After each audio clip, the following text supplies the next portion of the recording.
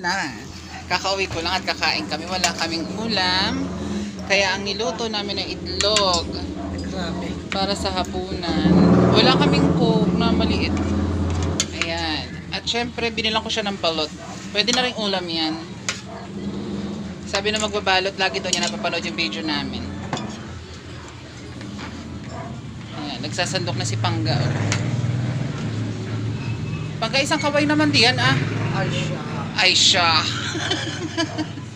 Dali na. Bigyan mo nga muna.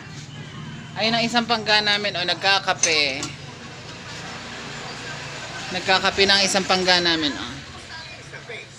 Me. Mag-hi ka. Video to eh. Mapapanood tayo vlog to. Ayan, nagkakape. Kain tayo.